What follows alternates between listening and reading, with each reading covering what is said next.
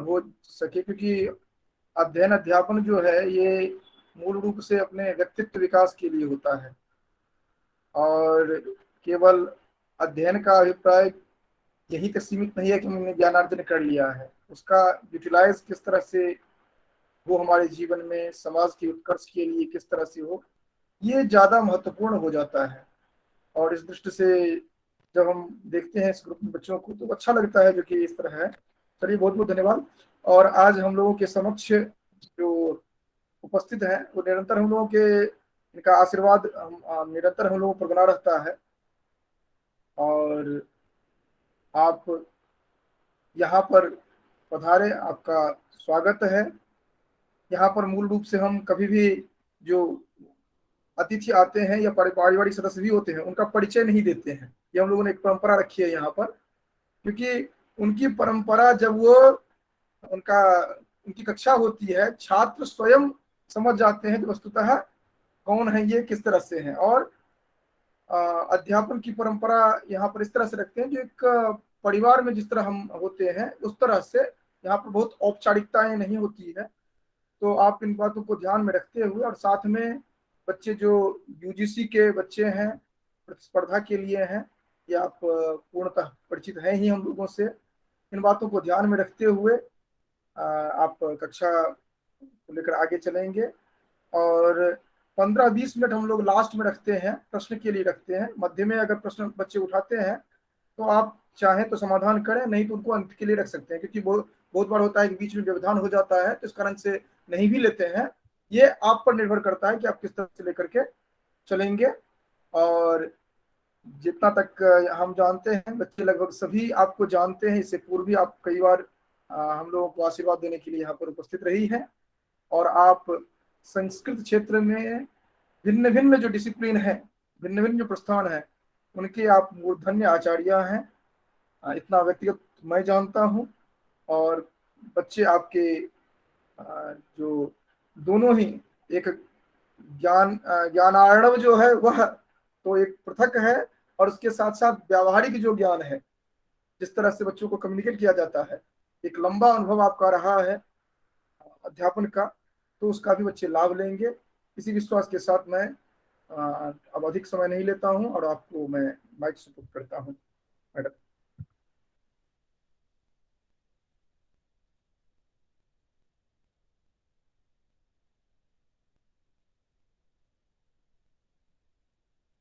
Unmute कर लेंगे please, unmute कर लेंगे।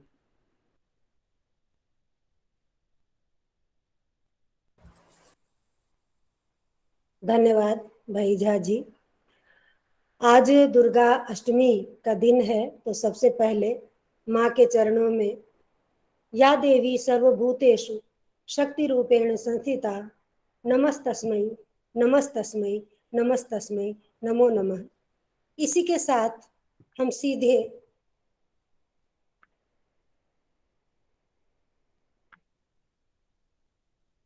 अपने बात पर आ जाते हैं, क्योंकि पहले ही समय जो है काफी,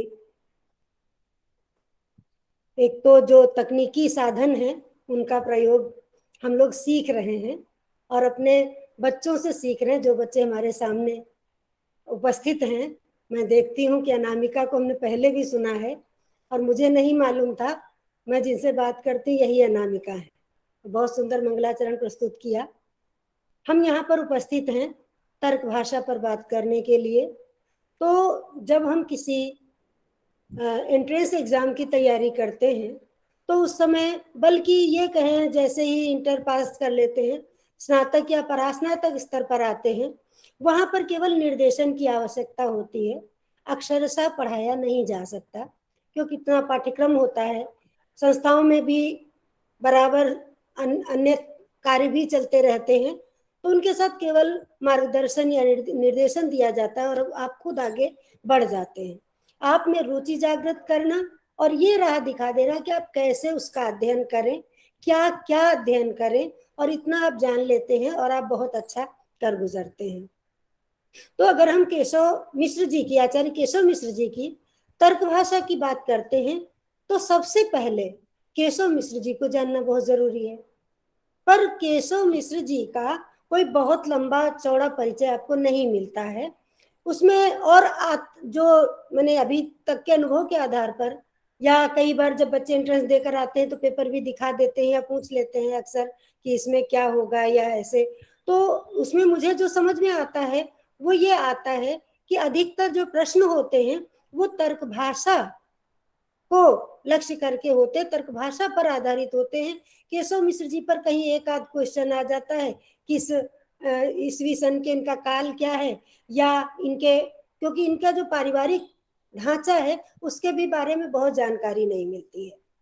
तो आचार्य केशव मिश्र जी जो थे उनके बारे में जो मैंने आधा आंतरिक और बाह्य अनुशीलन के आधार पर जो जानकारी मिलती वो ये प्राप्त होती है कि आचार्य केशव मिश्र मिथिला के सरिसव ग्राम के निवासी थे, सरिसव ग्राम में हुए थे। इसके अतिरिक्त ना इनके माता का पिता का नाम आदि का भी ज्ञान नहीं है। हाँ, इतना अवश्य मिला है कि यह अभिनव वाचस्पति के प्रपौत्र थे। पौत्र प्रपौत्र यानी पुत्र, फिर पौत्र, फिर प्रपौत्र, इतनी जानकारी मिलती है कि अभिनव वाचस्पति के प्रपौत्र थे। अब बात आती है इनके समय की कि इनका काल क्या है, समय क्या है। तो जो चिन्नम भट्ट जी हुए हैं दार्शनिक, जो व्याख्याकार ग्रंथों के, तो उनकी एक व्याख्या तर्क भाषा की 1400 ईस्वी में प्राप्त हुई है। तो अगर 1400 ईस्वी में कोई व्याख्या मिलती है किसी ग्रंथ की तो इसका मतलब हो गया कि उससे पहले रहा होगा, तो उस आधार पर, इससे पूर्व हुआ होगा, तो इस आधार पर 1300 ईस्वी में जो है इनका काल समय, जन्म समय निर्धारित किया गया है। मिथिला के जो न्यायिक थे, न्यायिक मतलब न्याय दर्शन के जो ज्ञाता होते, विशेषज्ञ होते, उनको न्यायिक कहते हैं। इतना तो इस स्तर के स्टूडेंट जानते हैं। तो न्यायिकों में इनका बहुत सर्वश्रेष्ठ स्थान था। इनकी तर्क भाषा के अतिरिक्त एक और रचना है अलंकार शेखर, लेकिन तर्क भाषा से इनको पर्याप्त ख्याति मिली है। और वास्तव में अगर मैं अपनी भी बात करूं तो बहुत प्यारा ग्रंथ है, जबकि स्टूडेंट की दृष्टि से लगता है कि थोड़ा कठिन है। मैं अपनी बात बताऊं, तर्क भाषा, सांख्य कारिका, वेदांत सर 3 पाठ्यक्रम में लगी थी, तो मैं तर्क भाषा बाद में पढ़ाती थी, सांख्य कारिका से आरंभ करती थी, सरल से कठिन की ओर वाला सिद्धांत। लेकिन जब मैं तर्क भाषा पढ़ाती थी तो कई बार हमने अनुभव किया कि हमारा छात्र बहुत अच्छा अनुभव करता था, समझता था और बता लेता था, तो अच्छा लगता था कि तर्क भाषा जैसा ग्रंथ अगर समझ रहे हैं बच्चे तो वास्तव में कुछ तो है। तो न्याय दर्शन का ये प्रकरण ग्रंथ वो होते हैं कि जिनमें इनके सबके बेटा पारिभाषिक सब माने श्लोक कारिकाएं भी हैं, वो आप अपने आप देखेंगे। तो उसमें क्या होता है कि कोई लक्षण होते हैं और लक्षणों का की व्याख्या होती है, और व्याख्या के बाद उनका खंडन भी होता है अन्य दार्शनिकों के द्वारा, या काव्यशास्त्र का ग्रंथ है तो अन्य काव्यशास्त्रियों के द्वारा, और खंडन के बाद फिर उसका अपने मत को का प्रस्तुतिकरण लेखक के द्वारा किया जाता है। तो जो तर्क भाषा है, तर्क भाषा को एक पहले मैं बता दूं, लिखने का तरीका बहुत अच्छा है। बहुत अच्छा ये है कि सबसे पहले तो भाई ऐसे कोई कुछ लिख दे तो मानने वाला कहेगा भाई हम कैसे मान लें कि क्या प्रामाणिक है, सचमुच न्याय दर्शन का ग्रंथ है कि नहीं है। तो ऐसे में क्या, इन्होंने सबसे पहले तो न्याय दर्शन का जो प्रतिपादक ग्रंथ है न्याय सूत्र, उसके सूत्रों को रखा है। उसके बाद इन्होंने उन सूत्रों की व्याख्या की है, उदाहरण दिए हैं, और उसके बाद उसको जो है स्पष्ट किया है, स्पष्टीकरण किया है, और फिर उसको जो है तब प्रमाणित किया कि मैं नहीं कहता। कई जगह ऐसा आता है कि न्याय शास्त्र में, न्याय सूत्र में भी ऐसा कहा गया है। यानी जो मैं न्याय के संबंध में बात, न्याय दर्शन की जो बात कर रहा हूं, वह बात न्याय सूत्र के में कही जा चुकी है। न्याय दर्शन के प्रवर्तक ने उस बात को प्रमाणित किया। उसके बाद जो भी न्याय शास्त्र की परंपरा में आचार्य हुए हैं उन सब ने जो है उसको स्वीकृति और मान्यता प्रदान की है। यानी मैं जो बात कह रहा हूँ वो भी प्रामाणिक है, सीधे ना कहकर प्रकारांतर से ये बात भी कहीं ना कहीं आ जाती है। तो तर्क भाषा चूंकि न्याय दर्शन का ग्रंथ है, ये सब आपको पता है कि जो भारतीय दर्शन वो 2 भागों में विभक्त है, नास्तिक और आस्तिक। नास्तिक में आपके चारवाक, जैन, बौद्ध आदि आ जाते हैं, जो वेद बाह्य या ईश्वर की सत्ता को, वेदों की सत्ता को स्वीकार न करने वाले, वो सामान्य, बिल्कुल एकदम सामान्य परिचय है। लेकिन जो भारतीय दर्शन में जो आस्तिक दर्शन है, वेद ग्राह्य भी जिनको कहते हैं, और जो कि ईश्वर की सत्ता को, वेदों की सत्ता को, ब्रह्म को सब मानने वाले, तो ये आस्तिक दर्शन होते हैं। आस्तिक दर्शनों में जो षट दर्शन है वो 3 युगल के रूप में है, सांख्य योग, न्याय वैशेषिक और पूर्व मीमांसा, उत्तर मीमांसा। उत्तर मीमांसा ही आपका वेदांत के नाम से आगे जो है विख्यात है।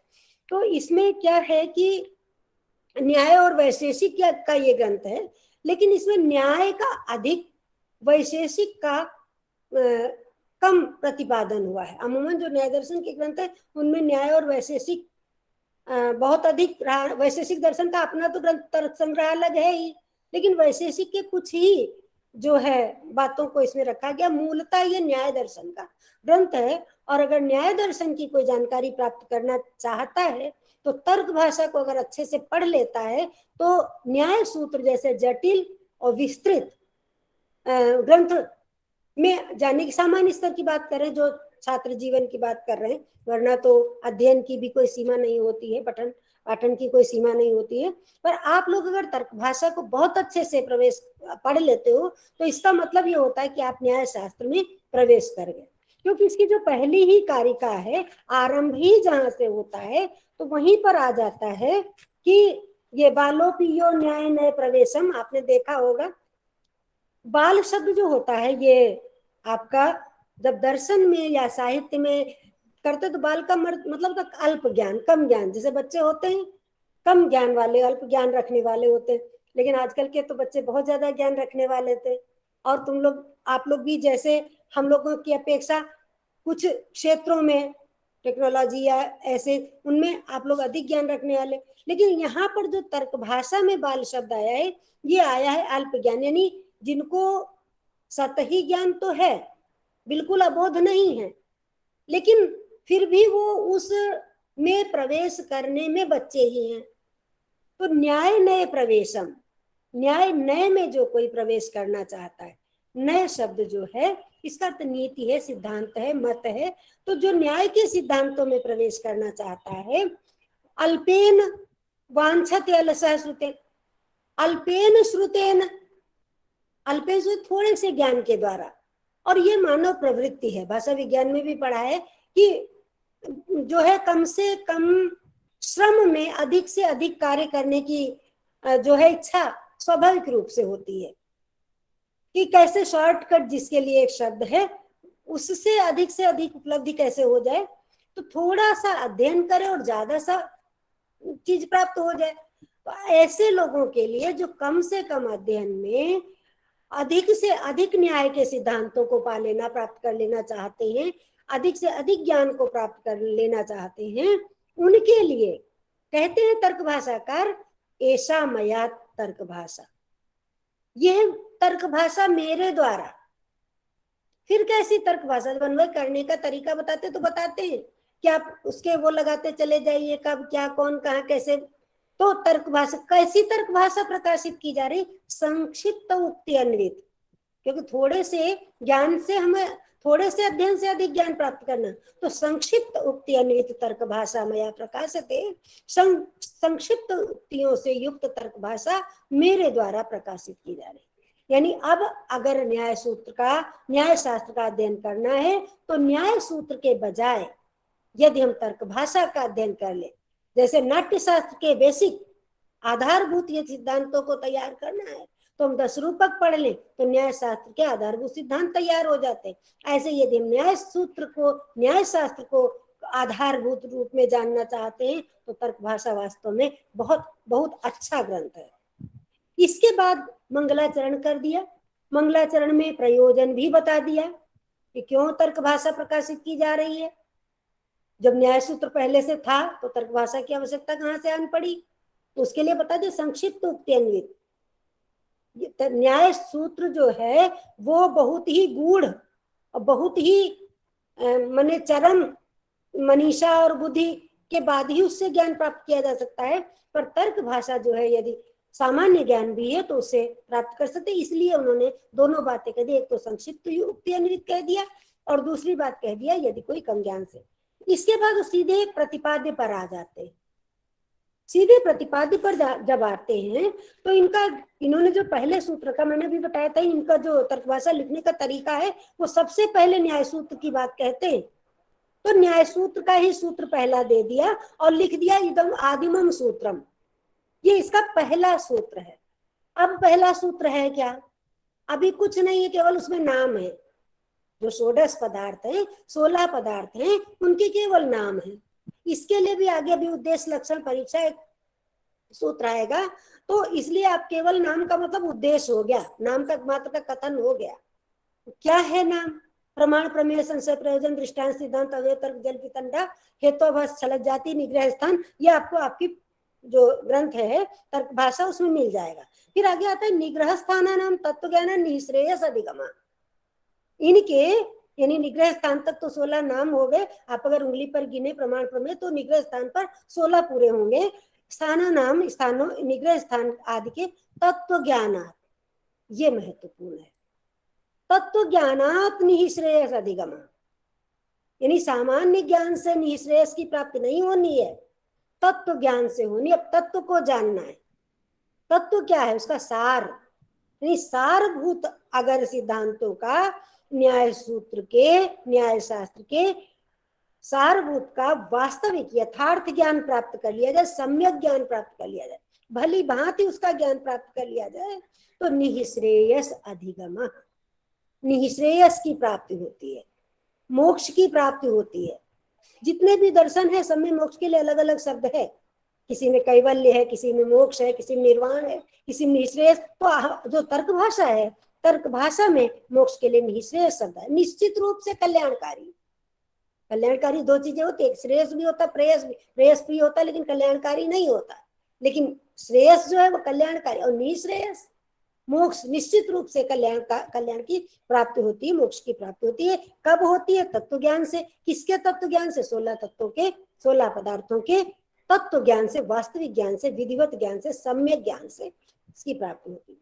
फिर इसका बाद में दे दिया कि इसका अर्थ क्या है। इसका अर्थ तो सीधा ही है, फिर इसको पढ़ने की आगे आवश्यकता नहीं कि प्रमाण आदि के 16 पदार्थों से तत्व ज्ञान से मोक्ष की प्राप्ति होती है।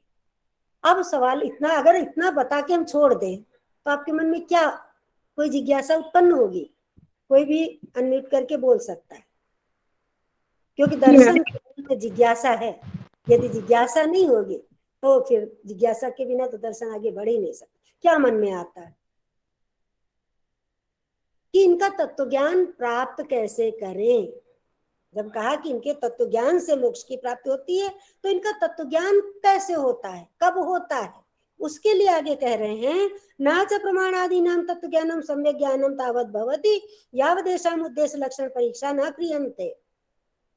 इनका सम्यक ज्ञान तब तक नहीं होता, तावत् न भवति, तब तक नहीं होता है। कब तक? यावत, जब तक एषाम उद्देश्य लक्षण परीक्षा न क्रियन्ते, जब तक इनका उद्देश्य लक्षण और परीक्षा नहीं की जाती। यानी 3 कार्य किए जाएं तब किसी चीज का अगर तत्व ज्ञान प्राप्त करना है, वास्तविक ज्ञान अगर हमें प्राप्त करना है, तो 3 कार्य करने पड़ेंगे।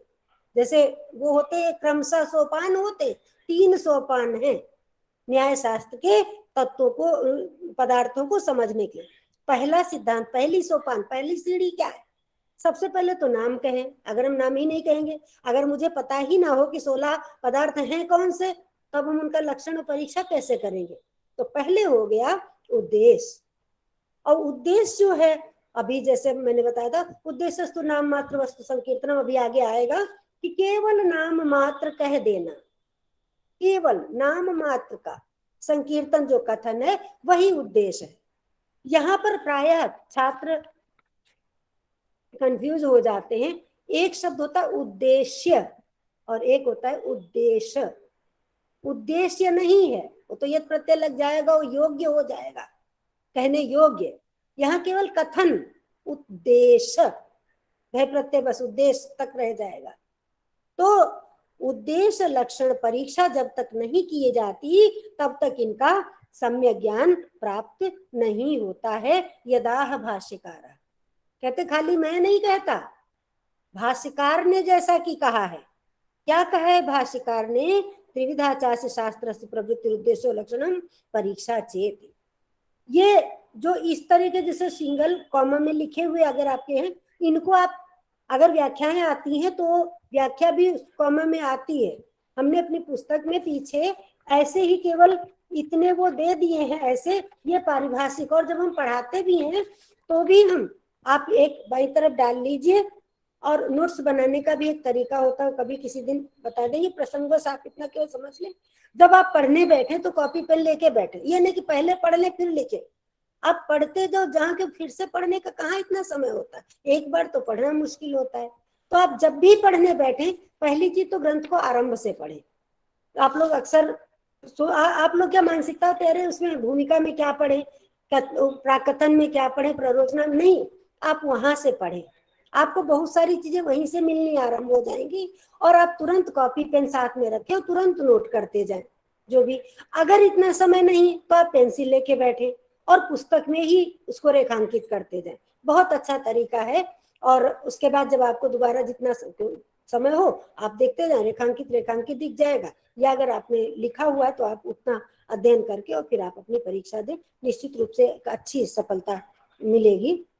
तो त्रिविधा शास्त्र से ये व्याख्या में भी आता है, और 3 प्रकार इसका आपका ऑब्जेक्टिव में ऐसे भी आ सकता है, जैसे डैश डैश करके नहीं देते थे, दे देते हैं डैश शास्त्र से, तो आपको त्रिविधा भर देना। तो इस तरीके से ये जितने भी पारिभाषिक वाक्य हैं, सूत्र हैं, उनको आप रट लें कतई।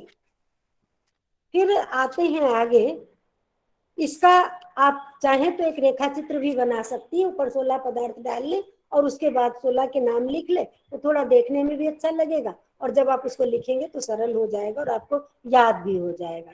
इसके बाद है त्रिविधा शास्त्र प्रवृत्ति, जो बताया है जिनके बिना हमको तत्व ज्ञान नहीं होता 16 तत्वों का, वो यहाँ से जो आगे वर्णन है वो त्रिविधा शास्त्र प्रवृत्ति का वर्णन, क्योंकि प्रसंग संदर्भ भी तो लिखते व्याख्या, लेकिन ये एमए की तो क्लास है नहीं, आपको व्याख्याएं नहीं लिखनी होंगी, लेकिन फिर भी आपको ये पता तो होना चाहिए कि अमुक सूत्र में है, कि मान लो ऐसा ही कोई आ जाए कि सूत्र में क्या बताया गया, तो आपको जानकारी होनी चाहिए। तो त्रिविधा शास्त्र प्रवृत्ति का विवेचन यहाँ से किया जा रहा है।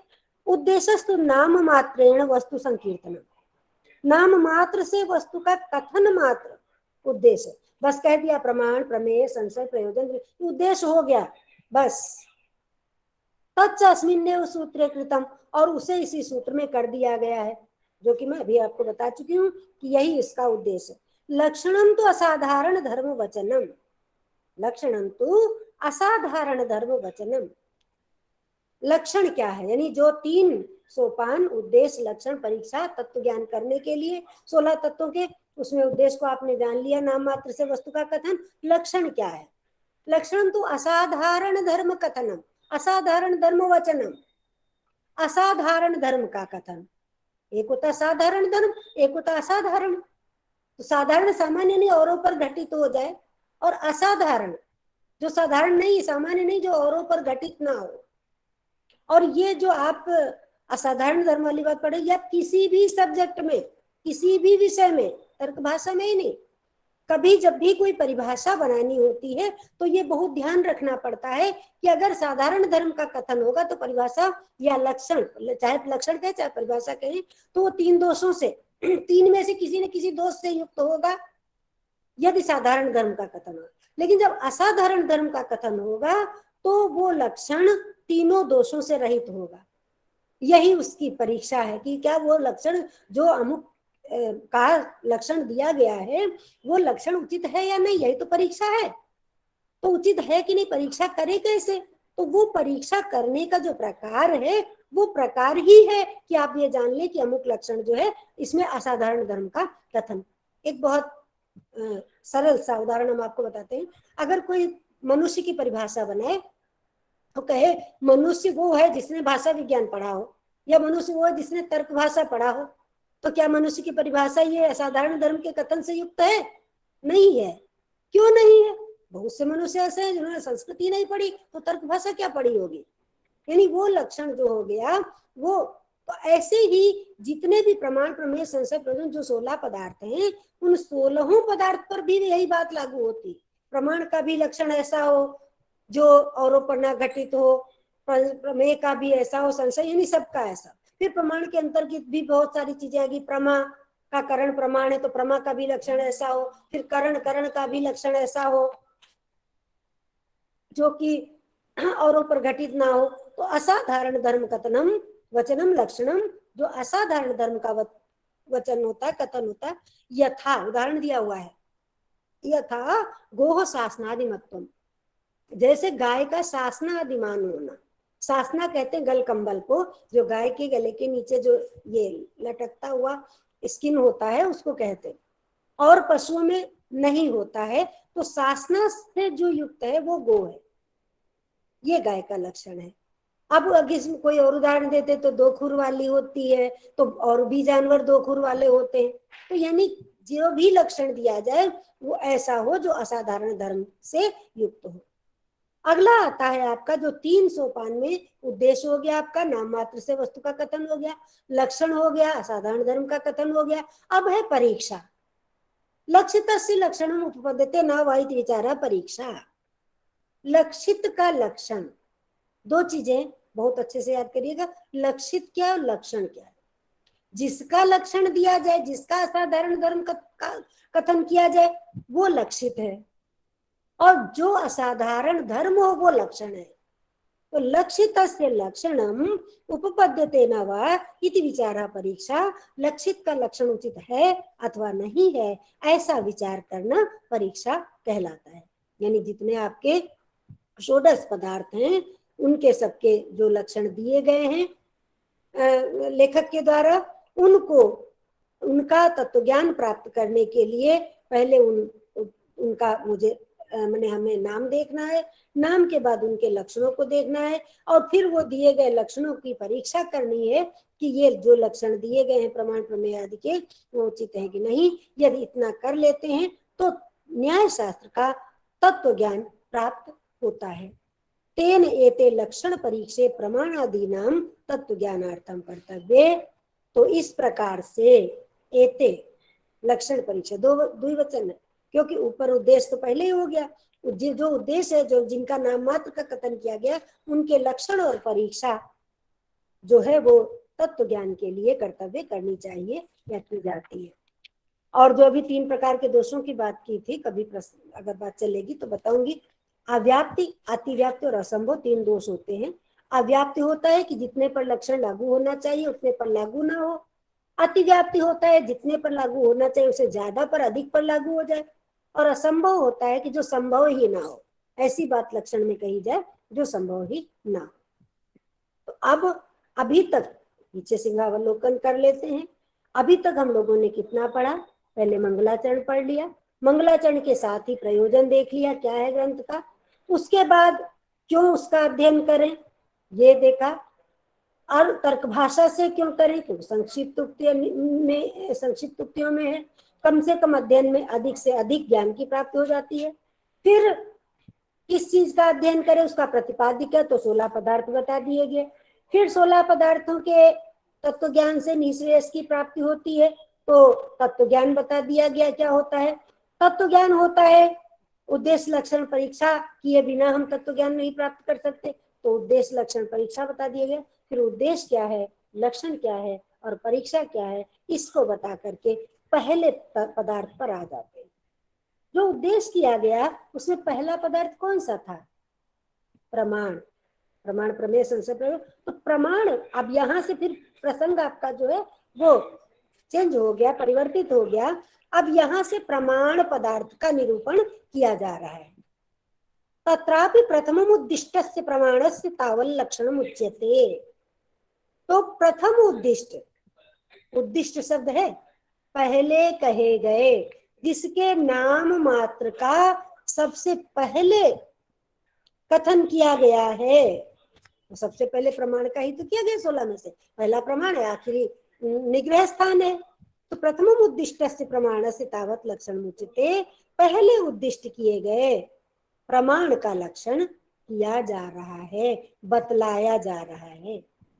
प्रमाकरणम प्रमाणम, बिल्कुल गागर में सागर भर दिया जाता। सूत्रों की विशेषता ही होती है कि कम से कम में जितने भी सूत्र वाले ग्रंथ होते हो, चाहे व्याकरण हो, चाहे दर्शन हो, चाहे काव्यशास्त्र हो, देखने में क्या लग रहा है, प्रमा करणम प्रमाणम, बस जब बताया जाता, पढ़ाया जाता तो प्रमा का करण प्रमाण है। छात्र को भी लगता है अरे वाह क्या बात है, प्रमा का करण प्रमाण है, लिख दिया और पूरे नंबर मिल जाएंगे। नहीं, ये इसका शाब्दिक अर्थ है कि प्रमा का करण प्रमाण है। इसके लिए आपको क्या क्या जानना पड़ेगा, प्रमा क्या है। जब आप प्रमा जानेंगे तो उसमें आएगा यथार्थ अनुभव क्या है, संशय क्या है, विपर्य क्या है, और ऐसे ऐसे बढ़ता जाएगा। और आपकी प्रमाण की व्याख्या जहां पर समाप्त होगी वहां पर मैं आपको बताऊंगी यहाँ तक प्रमाण है, चलता है, चला है। तो प्रमा करणम प्रमाणम, प्रमा का करण प्रमाण है। अभी बात आई थी लक्षित और लक्षण की, कि लक्षित से लक्षणम उपपद्यते नावा इति विचार। तो लक्षित क्या है और लक्षण क्या है, यहाँ पर प्रमाकरणम प्रमाणम में प्रमाण लक्षित है, इसका लक्षण दिया जा रहा है, प्रमाण का दिया जा रहा है। तो प्रमाण आपका लक्षित हो गया, और प्रमाकरणम यह साधारण धर्म का कथन हो गया प्रमाण के लिए, ये लक्षण हो गया। अतः प्रमाणम लक्ष्यम प्रमाकरणम लक्षणम, आगे दिया भी हुआ है कि यहाँ पर प्रमाण लक्ष्य है या लक्षित, जिसका लक्षण लक्षण के योग्य है या जिसका लक्षण दिया है, और प्रमाकरणम लक्षणम प्रमा का करण लक्षण है। अब यहाँ पर अभी मैंने बताया था कि ऐसे ग्रंथों में खंडन भी होता, शंकाएं भी होती हैं, और जो शंकाएं अन्य दार्शनिकों के द्वारा रखी जाती हैं उनका यथासंभव संतुष्ट करते हुए जो लेखक आचार्य होता है उसके द्वारा उनका समाधान किया जाता है। तो यहाँ पर और ननु शब्द जहां पर आता है वो प्रायः शंका के लिए होता है। ननु से जब आरंभ, तो आप देख रहे होंगे ननु प्रमाया करणम चेत प्रमाणम तरी तस्य फलम वक्तव्यम। ननु शंकावाचक है, यदि प्रमा का करण प्रमाण है तो फिर उसका फल भी कहना चाहिए, क्योंकि कर्ण से फलवत्व से नियमात, क्योंकि एक ऐसा नियम है कि करण हमेशा फलवान होता है। तो ननु प्रमाया कर्णम चेत प्रमाणम तरितस्य फलम वक्तव्यम, कर्ण से फलवत्वस्य नियमात, क्योंकि करण फलवान होता है ऐसा नियम है, यदि प्रमा का करण प्रमाण है तो उसका फल भी कहना चाहिए। ये शंका की गई, उसका समाधान क्या किया जा रहा, सत्यम, यानी ये ठीक है, आपकी बात ठीक है कि उसका लक्षण फल भी कहा जाना चाहिए। प्रमा एव फलम साध्यम इत्यर्थ, प्रमा ही फल होता है, फल मतलब साध्य, दो शब्द होते हैं, साध्य और साधन। साध्य होता है जो सिद्ध किया जाए, और साधन होता है जिसके माध्यम से, जैसे जिस साधन से, जैसे आपको कहीं जाना है अपने गंतव्य पर, तो आपका गंतव्य तो आपका साध्य हो गया, और जिससे आप गए, जिस वाहन से गए, जिस तरीके से, वो जो तरीका है वो आपका साधन हो गया। तो प्रमा एव फलम साध्यम इत्यर्थ, कि आपकी बात सही है कि करण फलवान होता है, इसमें प्रमा ही करण है, प्रमा ही फल है, प्रमा ही साध्य है। उदाहरण दे दिया, यथा छिदाकर्ण से परशो छिदय फलम, छिदाकर्ण से काटने वाले, परस कुल्हाड़ी, लकड़ी जिससे काटी जाती है उसको कहते हैं परशु या कुल्हाड़ी, फरसा। तो परस यथा छिदाकर्ण से परशो छिदाय फलम, जैसे काटने वाले परशु का फल कटना ही है। अब प्रमाण का लक्षण बतलाते हुए आगे कहते हैं, लक्षण तो बतला दिया प्रमाकरणम प्रमाणम, फिर जिज्ञासा हुई। अब क्या जिज्ञासा हुई, क्या होनी चाहिए कि प्रमा का करण प्रमाण है, लेकिन प्रमा क्या है, प्रमा का करण प्रमाण है तो प्रमा क्या है। तो प्रमा को बतलाते हुए कहते हैं, का पुनः प्रमा यस्याह करणम प्रमाणम, तो फिर प्रमा क्या है जिसका करण प्रमाण है। उच्यते, बतलाया जा रहा है, कहा जा रहा है, यथार्थ अनुभव प्रमा, यथार्थ अनुभव पर प्रमा है। अब यथार्थ, यथार्थ का मतलब कोई और शब्द ऐसा होगा, यथार्थ अनुभव क्यों कहा, तो अयथार्थ, यथार्थ का विलोम है अयथार्थ, अयथार्थ अनुभव प्रमा नहीं है, यथार्थ अनुभव प्रमा है। पुनः जिज्ञासा उत्पन्न होती है कि यथार्थ क्या है, प्रमा अनुभव क्या है। आगे यथार्थ को भी बतला रहे हैं और अनुभव, एक एक शब्द को लेते जाइए, उसकी व्याख्या करते जाइए, कुछ भी कठिन नहीं है। तो यथार्थ क्या है पहले बतला रहे हैं। यथार्थ अयथार्थानाम संशय विपर्य तर्क ज्ञानानाम निराशा। जो यथार्थ को अगर हम सरल करके समझे तो क्या कहेंगे, जो अयथार्थ नहीं है वो यथार्थ है, जो अयथार्थ नहीं है वो यथार्थ है। तो भी मन में आएगा आखिर ऐसा क्या है जो यथार्थ नहीं है। तो जो यथार्थ नहीं वो अयथार्थ है, तो यथार्थ है क्या। इति अयथार्था नाम, यानी संशय यथार्थ नहीं है, संशय अयथार्थ है। विपर्य, विपर्य यथार्थ नहीं है, विपर्य अयथार्थ है। तर्क ज्ञान आदि ज्ञानों का संशय विपर्य तर्क आदि ज्ञानानाम ज्ञानों का निराशा, निराकरण। संशय विपर्य तर्क आदि ज्ञानों का जो निराकरण है ये यथार्थ कहला। ये सब अयथार्थ हो गए, इनका जो निराकरण है, इनका जो समाधान है ये यथार्थ है। अनुभव, अब इसमें एक शब्द अभी आए अनुभव। अनुभव से मिलता जुलता एक शब्द स्मृति है। यहां पर स्पष्ट कर दिया कि अनुभव और स्मृति दोनों अलग हैं, अनुभव और स्मृति एक नहीं है।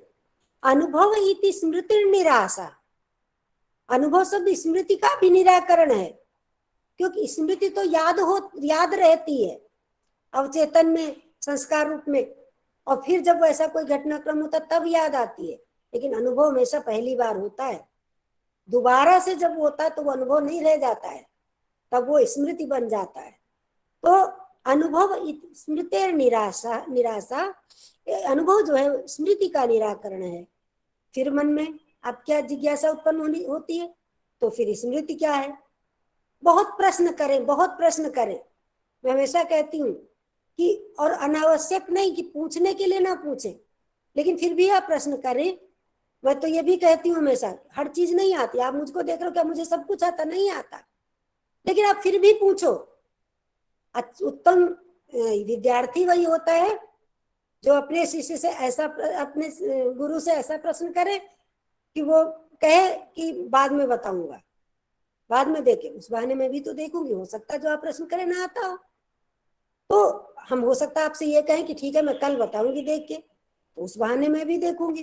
तो जिज्ञासा बहुत, एक एक शब्द आप देख रहे हो, एक एक वाक्य में दो दो चार चार जिज्ञासा है।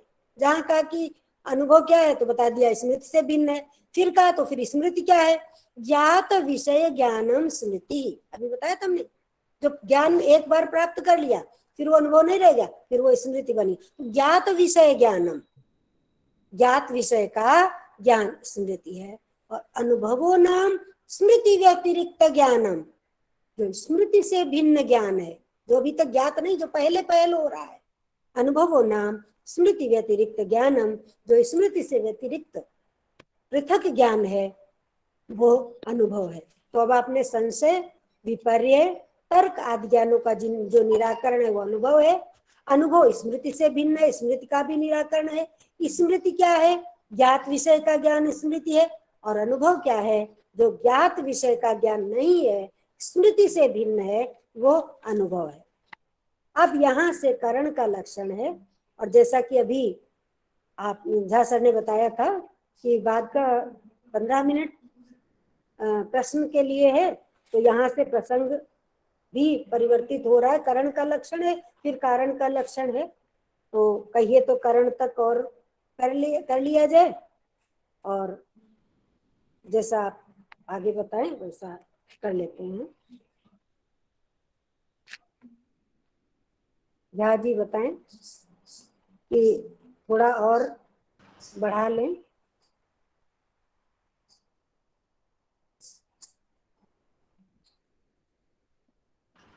मध्य में कोई प्रश्न अगर है तो रख सकते हैं आप लोग।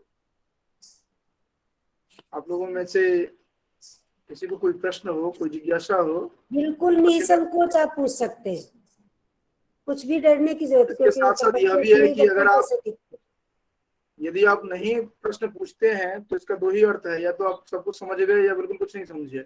जी बिल्कुल ये सही भी थोड़ा ध्यान रखेंगे कि मेरी वाली ही बात है। कक्षा में अगर आप हैं तो प्रश्न आना चाहिए। मेरा एक क्वेश्चन है, हाँ ये जो यथार्थ ज्ञान है, संशय विपर्य या तर्क, इसको एक बार फिर से बता दीजिए। अच्छा ठीक है। आपका नाम अभिलाषा, ठीक है अभिलाषा जी।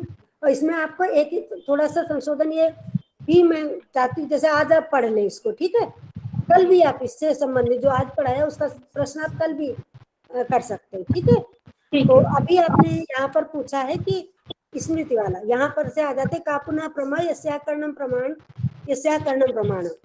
प्रमा क्या है? जिसका करण प्रमाण है। उचित यथार्थ अनुभव प्रमा, अनुभव आया कहाँ से? यथार्थ। प्रमा को बताने के लिए यथार्थ अनुभव शब्द आ रहा है। प्रमा क्या है? यथार्थ अनुभव प्रमा है। तो यथार्थ को बताने के लिए आप आ रहा है कि क्या यथार्थ नहीं है? तो संशय विपर्य तर्क ज्ञान जो है वो यथार्थ नहीं है, उनका निराकरण जो है वो ये सब अयथार्थ है, और अयथार्थ का निराकरण जो है वो यथार्थ है। फिर अनुभव बतलाया गया है कि अनुभव क्या है? स्मृति का निराकरण है, यानी स्मृति और अनुभव दो शब्द हैं। अनुभव हमेशा पहली बार होता है और बाद में वो स्मृति में संचित रहता है संस्कार में, और फिर वो स्मृति के रूप में आता है पटल पर, मानस पटल पर। तो ज्ञात विषय ज्ञानम स्मृति, ज्ञात विषय का ज्ञान स्मृति है, और अज्ञात विषय का ज्ञान जो पहले पहले वो यथार्थ है। और यथार्थ से जो यथार्थ जो है अनुभव वो अयथार्थ से भिन्न है। फिर अनुभवो नाम स्मृति व्यतिरिक्त ज्ञानम, जो अनुभव है वो स्मृति से भिन्न है। आप इसको एक एक शब्द को लिखिएगा उसके आगे कि ये क्या, और तुरंत ही सीधे सीधे आपको अंतर समझ में आता जाएगा कि जो यथार्थ नहीं है वो अयथार्थ है, और यह अयथार्थ ज्ञान से यहाँ पर मतलब नहीं है, मतलब केवल यथार्थ अनुभव से है। अनुभव क्या है? अनुभव स्मृति नहीं है, स्मृति से भिन्न है जो अनुभव है, ठीक है। और बताइए अनामिका, प्रश्न करो।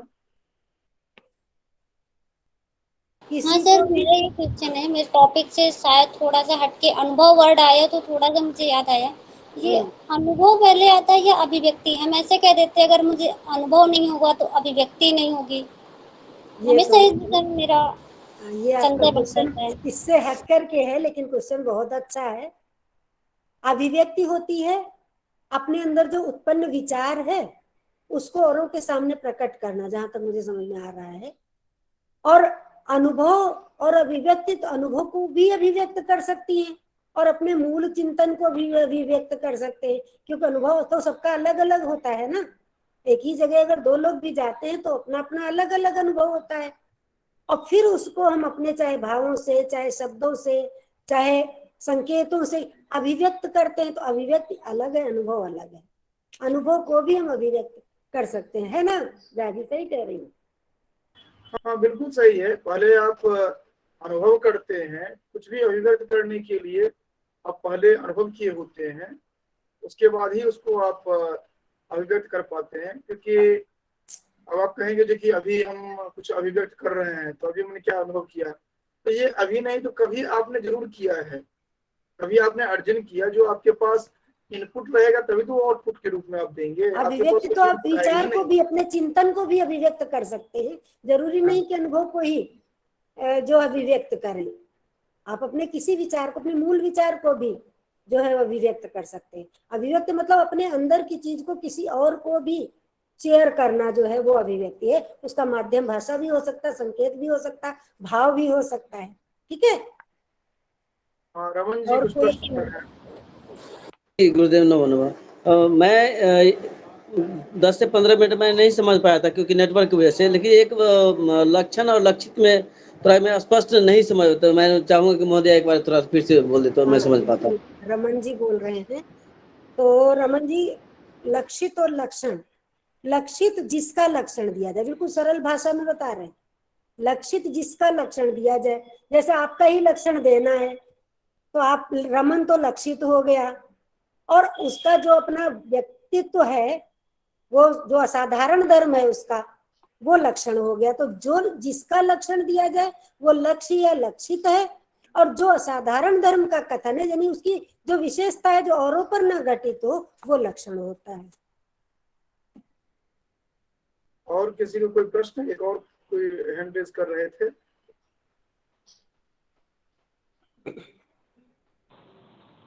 हाँ कृष्णा। जी महोदय प्रणाम। महोदय ये त्रिविधा शास्त्र की प्रवृत्ति, उद्देश्य, लक्षण और परीक्षा केवल न्याय शास्त्र में ही होता है क्या? दूसरे शास्त्र में भी होता है? दूसरे शास्त्र में भी होता ही है, अगर आप और उसमें भी है। लेकिन यहाँ पर तो चूंकि तर्क भाषा पढ़ रहे हैं हम, तो तर्क भाषा में तो होता ही है। लेकिन वैसे हम तर्क भाषा से अगर हटकर देखें तो 10 रूपक भी जब पढ़ते हैं तो पहले नाम बताए जाते हैं, फिर उनकी व्याख्या बताई जाती है। लेकिन उसमें परीक्षा जैसा कोई वो नहीं है कि उसकी परीक्षा भी वहीं पर करने का कहीं पर कोई उल्लेख नहीं है। तो वैसे होना चाहिए। पर ये तर्क भाषा उद्देश्य लक्षण तो प्राय सब में होता है, पर यहाँ पर तत्व ज्ञान के लिए 3 चीजें चाहिए, तो ये तर्क भाषा के लिए ही है।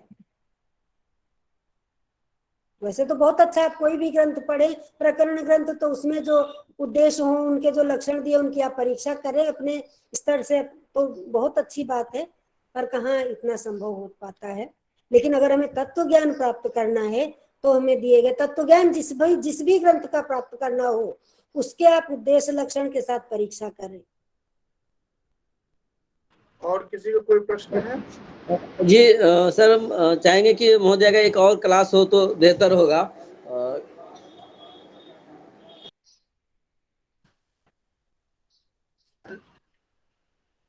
ये अनिवार्य रूप से एक तो कक्षा और होनी ही है, पूरा संपूर्ण करते हैं तो अनामिका वो देख लेंगे जो किस तरह क्या है टाइमिंग का, वो विषय वस्तु कलेवर देखते हुए उस हिसाब से।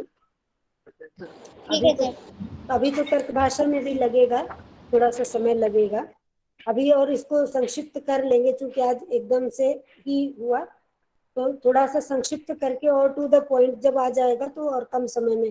पर इतना भी कम समय क्या देना कि जो चीज बताई मुझे अच्छी लगी ये बात कि आप और सुनना चाहते, पढ़ना चाहते। इसका मतलब कहीं अगर शिष्य संतुष्ट होता है ना, तो ये गुरु के लिए बहुत गौरव की बात होती है। और हम तो उस सीमा तक, हमारी भी एक छात्रा इसमें जुड़ी हुई है कि तब तक कि जब तक कि ना छात्र संतुष्ट हो तब तक बताने का वो रखते हैं, भले उनको अतिरिक्त समय देना पड़े। अगर आप सुनना चाहते, पढ़ना चाहते, अब आपके पास संपर्क भी है, व्यक्तिगत रूप से भी आप संपर्क करके जो जानना चाहते हैं वो आप जान सकते हैं। आपकी एक ही छात्रा नहीं है यहाँ पर सभी आपके ही छात्र हैं। सभी हमारे छात्र हैं। ये तो मैंने आरंभ में ही ये बात कही थी, क्योंकि सब सारे बच्चे अपने ही बच्चे लगते हैं। ये कुछ तो सभी, लेकिन अब कहीं कहीं तो कोई विभाजन होता ही है, तो उस दृष्टि से मैंने ये बात कही। इस ग्रुप का एक वैशिष्ट्य है कि इसमें बहुत सारे अध्यापक जो हैं, जिनका कि बहुत एक लंबा अनुभव रहा है अध्यापन का, वो भी यहाँ पर है। कुछ डॉक्टर रमन जी, मुझे लग रहा है कोई कि KVS में है, इस तरह करके जी अच्छा है। जितने आप देख रहे हैं सभी पूर्णतः सुस्थिर रूप से अध्ययन अध्यापन वाले हैं। कुछ इसमें इस तरह के हैं जो कि थोड़ी सी समस्या होती है टाइमिंग को लेकर के, क्योंकि मैक्सिमम का है जो कि शाम के समय में 9 रखें, लेकिन हमारी भी एक बाध्यता है, तो इस कारण से हमें रखना पड़ता है, क्योंकि या तो सुबह रखें या शाम रखें, तो एक थोड़ी समस्या होती है। इस कारण से संख्या फ्लक्चुएट होती रहती है, लेकिन मोटामोटी सब ठीक है, ये नहीं है। हाँ, किसी न किसी की तो समस्याएं कभी न कभी ही रहती तो है ही है, क्योंकि सब तो ऑनलाइन में भी अभी दिन में रखा जाए तो अभी हमारी समस्या हो जाएगी, या जो बच्चे कॉलेज वगैरह जाते, एग्जाम्स वगैरह चल रहे, तो अगर थोड़ा बहुत इधर आधा घंटा इधर उधर की बात है तो वो मैं कर लूंगी, 2-4 दिन की बात मैनेज कर लूंगी। ठीक है, ठीक है। तो हमें अब कोई समस्या नहीं है, तो 1-2 दिन की बात अगर है, 2-4 दिन की, तो वो आधा पौन घंटे की अगर बात है तो वो मैं एडजस्ट कर लूंगी और आप लोगों को कोई असुविधा ना हो। ठीक है, ठीक है। तो आज की चर्चा जो है यहीं तक रखेंगे हम लोग। ठीक, आज की यहाँ तक है। और ये मुझे आप लोगों से कहना है कि आप आज इसको पढ़ें, और पढ़ करके आज कल भी आप सबसे पहले 5 मिनट के अंदर आप चाहें तो इसमें से प्रश्न कर सकते हो, और अन्यथा फिर हम लोग आगे बढ़ेंगे। ठीक है, हाँ, निश्चित रूप से आज जो पढ़ाया गया उसके पर देख लें, और प्रारंभिक जो 5-10 मिनट होगा उसमें प्रश्न रखें, जो भी समस्या जो भी समझ में नहीं आया है, क्योंकि अगर आप समझते नहीं है तो फिर अध्यापन बेकार है। ठीक है। इस कारण से आप एक बार पढ़ करके आए और जो भी समस्या है उनको आप देखें, पूछें यहाँ पर, और साथ साथ जो प्रश्न पूछे गए हैं परीक्षाओं में उनको विशेष रूप से देखें आप, क्योंकि आपको विद्वान बनने के लिए यहाँ पर हम नहीं आमंत्रित कर रहे हैं। जिसके लिए आप आए हैं उसको आप देख समझ सकें, और फिर अनिवार्य रूप से हम फिर आगे देखेंगे। ठीक है, तो इसी के साथ अब समापन की ओर, संपूर्ण की ओर बढ़ा जाए। महोदय क्या निर्देश है? बिल्कुल बिल्कुल। ठीक है, तो ठीक आज है, इसी कल के फिर साथ आज मिलते के, हैं हम सब हाँ, इसी आज मंच की पर। सभा की संपूर्ण यहीं पर सद्भावना मंत्र के साथ करते हैं, और आगे हम लोग एक जैसे टाइमिंग का दिया गया है, अनामिका थोड़ा पहले दे देना है ताकि सभी जुड़ सके और उनको लिंक समझ में आ सके, और उसके बाद हम फिर जो विषय वस्तु है उनको जितना कम समय में, न्यूनतम समय में हो सके वो महोदय खत्म करने का प्रयास करेंगे, क्योंकि अभी बहुत सारे विषय वस्तु अवशिष्ट हैं, तो इस कारण से जितना न्यूनतम हो सके उस हिसाब से चलिए। तो आप ये बहुत अच्छा कार्य कर रहे हैं आप, क्योंकि हम किसी को क्या दे सकते हैं, और ईश्वर ने इस लायक बनाया है कि अगर हम ये दे सकते हैं तो आप वास्तव में बहुत श्लाघनीय, बहुत प्रशंसनीय। वस्तुतः यही है कि कुछ अगर विषय वस्तु का हो जाता है ना, तो जो जिस विषय के एक्सपर्ट हैं वो अगर मार्गदर्शन करते तो बेहतर तरीके से बच्चे समझ पाते हैं। इसलिए मेरा ये उद्देश्य रहा है कि जो भी है उनसे एक कक्षा भी अगर बच्चों को मिल पाती है तो बहुत अच्छी बात रहेगी, क्योंकि सभी व्यस्त हैं, उस व्यस्ततम समय में भी अगर निकलता है तो अच्छा है। ठीक है, इसी के साथ हम सद्भावना मंत्र के साथ आज की सभा की संपूर्ति करेंगे। ओ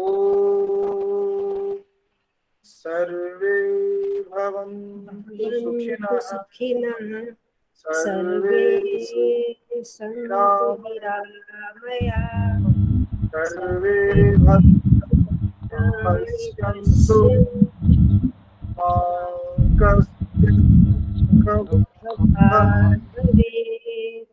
ओम शांति शांति शांति। धन्यवाद सभी को। सर्वेभ्यः शुभरात्रि। प्रणाम मैम, प्रणाम सर। शुभरात्रि महोदय।